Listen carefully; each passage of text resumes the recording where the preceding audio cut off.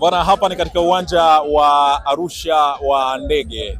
Watanzania wengi wamejitokeza hapa kwa ajili ya kuja kumpokea Rio Ferdinand akitokea kule Serengeti, ambapo atawasili hapa jijini Arusha tayari kwa ajili ya kuelekea kwenye uwanja wa mpira wa miguu wa Samia ambao unajengwa hapa jijini Arusha. Umati huu wote ambao umejitokeza hapa ni kuja kumpokea nyota huyu ambaye anaendelea kujizolea umaarufu hapa nchini Tanzania mara baada ya kuwasili hapa.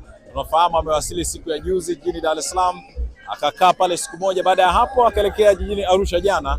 Jana alifanya ziara ya kutembelea Bunge la Jamhuri ya Muungano wa Tanzania, lakini pia alipata nafasi ya kwenda kuonana na Waziri Mkuu jana hiyo akaondoka na kuelekea Serengeti, ambapo alipata nafasi ya kupanda pia balloons zile maalum kwa ajili ya kuangalia utalii wa nyumbu wa kihama, lakini pia kuwaona simba kwa uzuri. Tuko hapa kwenye huu uwanja wa ndege wa Arusha kumsubiri Rio Ferdinand, na huu umati umejitokeza kuja kumpokea yeye. Endelea kufuatilia kwenye mitandao yetu mbalimbali ya kijamii ya Magic FM Channel 10, lakini pia utaweza kupata nafasi ya kuona mambo mengi yanayojiri kutokea hapa, na tutakuwa tunakupa update kwa kile ambacho kinachotokea na msafara wa moja kwa moja kutoka hapa kuelekea kwenye uwanja ule wa Arusha ambao unajengwa hapa jijini Arusha maalum kwa ajili ya mashindano ya AFCON.